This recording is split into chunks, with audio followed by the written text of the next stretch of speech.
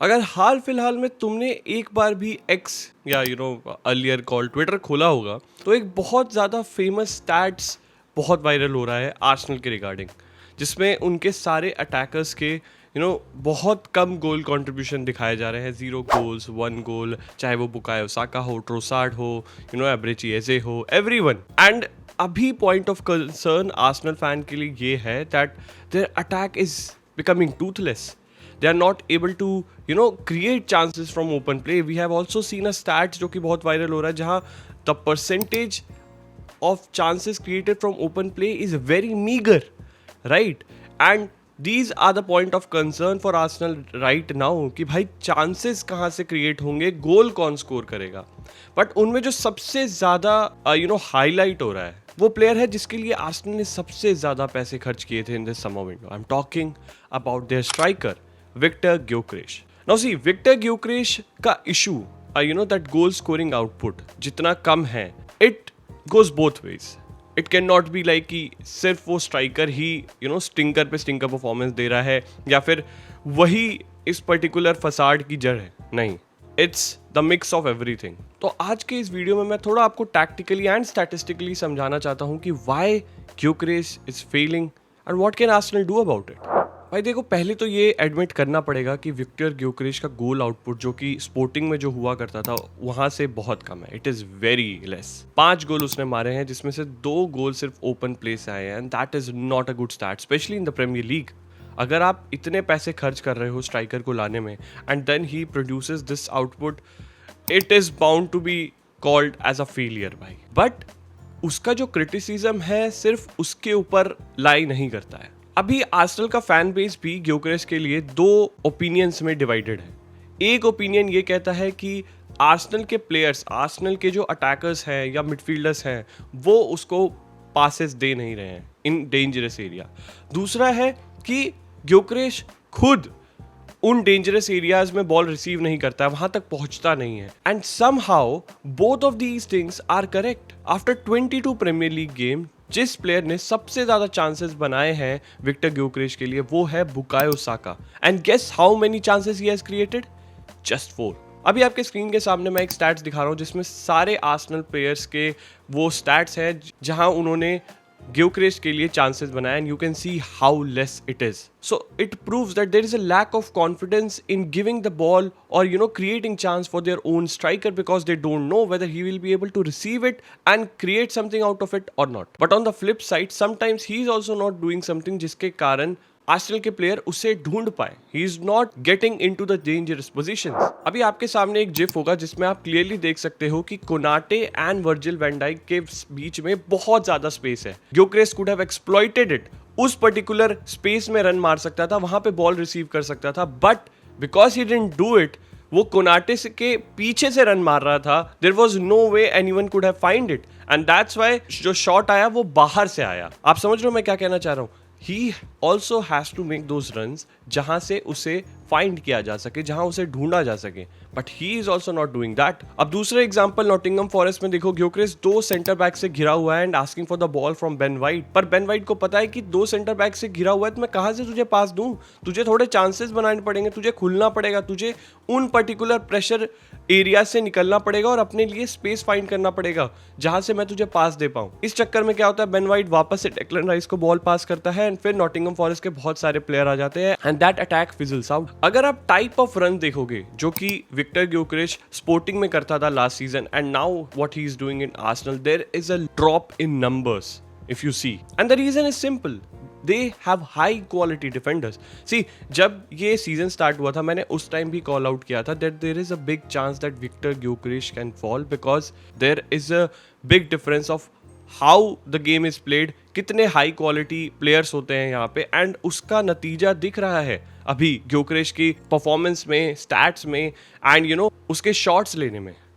वो क्लियरली दिख रहा है that he is not able to understand कि यार कहाँ पे रन मारनी है, किस तरीके से रन मारनी है, how can he make those chances from himself, because now there are defenders who can easily block him. अब जिस तरीके से आर्सेनल सेटअप करती है वो भी एक प्रॉब्लम है, क्योंकि देखो आर्सेनल के अगेंस्ट यूजुअली जो अपोनेंट्स होते हैं वो मिड या लो ब्लॉक में बैठते हैं, तो आपको चांसेस जो है inside of the box create करने पड़ेंगे किसी तरीके से. नाउ ग्योकरेश जब स्पोर्टिंग में खेलता था या उससे पहले कोवेंट्री में खेलता था, वो चांसेस जो है he used to take those chances from outside the box और near to outside the box, but अब उसको इनसाइड द बॉक्स लेना पड़ रहा है with all the pressure, because बहुत सारे प्लेयर हैं उसके अराउंड। अगर आप ये स्टैट्स देखोगे जो मैं अभी आपको दिखा रहा हूँ, which actually tells you about the shot distance and volume, जब से वो आर्सेनल में आया है average distance of taking his shot is 12, which is the lowest that has ever been. मतलब वो सबसे पास से शॉट ले रहा है, बिकॉज लो ब्लॉक और मिड ब्लॉक में उसको जो पासेस रिसीव हो रहे हैं वो इनसाइड द बॉक्स हो रहे हैं। सारे मिडफील्डर एंड अटैकर्स आर्सेनल के are around the box and they are trying to find him,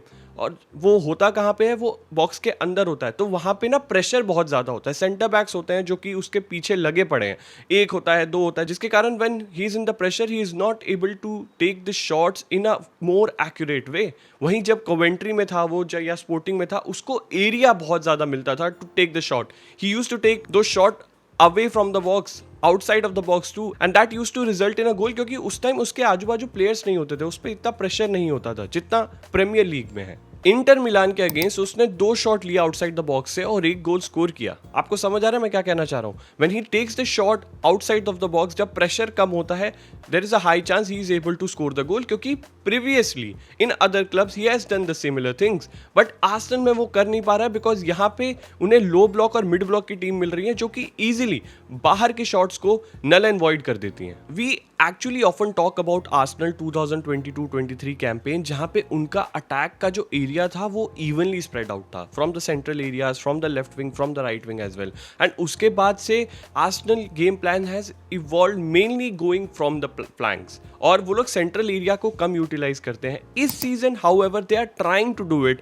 but अभी भी उस तरीके का कॉम्बिनेशन नहीं बन पाया है जिस तरीके का 2022-23 में बन पाया था, and ग्योकरेश is at the center of it. 2022-23 में वो इसलिए क्लिक किया था because Gabriel Jesus was the key pivotal figure at that point of time. He was the guy who was able to make those off the ball run, pockets of space find कर पा रहा था center backs के बीच में, जिसके कारण he used to receive the ball in more central areas, and बाकी player वहाँ पे आते थे, and either he used to score goal and he used to provide assist to other player who are crashing the box.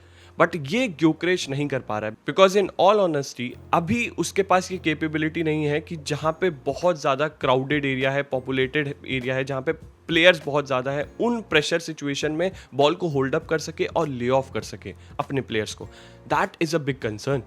और आपको counter पे goals मिल नहीं रहे हैं स्पोर्टिंग के, जैसे कि भाई उसको भगा दिया है काउंटर पे, लॉन्ग बॉल डाल दिया and he will be able to 1v1 situation basically उसको नहीं मिल पा रही है। 1v1 सिचुएशन में ग्योकरेश से बेटर शायद कोई स्ट्राइकर होगा, last season there was no one, but right now उसको 1v1 सिचुएशन मिल नहीं पा रही, बिकॉज जिस तरीके से आर्सेनल सेटअप करती है और जिस तरीके से आर्सेनल खेलती है, there is no way you can get into a 1v1 situation. इसीलिए मैं कह रहा था स्टार्टिंग ऑफ द सीजन से कि Gyokeres is not the right profile that you have went with. You should have gone with a more agile, more experience Premier League striker, जो आपको इन pressure situations में, इन पॉपुलेटेड एरियाज में वो hold up provide कर सके, क्योंकि आपको mostly low block and mid block जैसे सेटअप में उतरना पड़ेगा। Against Manchester United we saw किस तरीके से आर्सेनल का अटैक फंबल कर रहा था, and Viktor Gyokeres was at the centre of it. If they don't fix it, it is going to be a very difficult season. तो यहाँ पे आर्सेनल को अपना गेम प्लान ट्वीक करने की थोड़ी सी जरूरत है, ग्योकरेश पे बिलीव दिखाने की जरूरत है, एंड ग्योकरेश को भी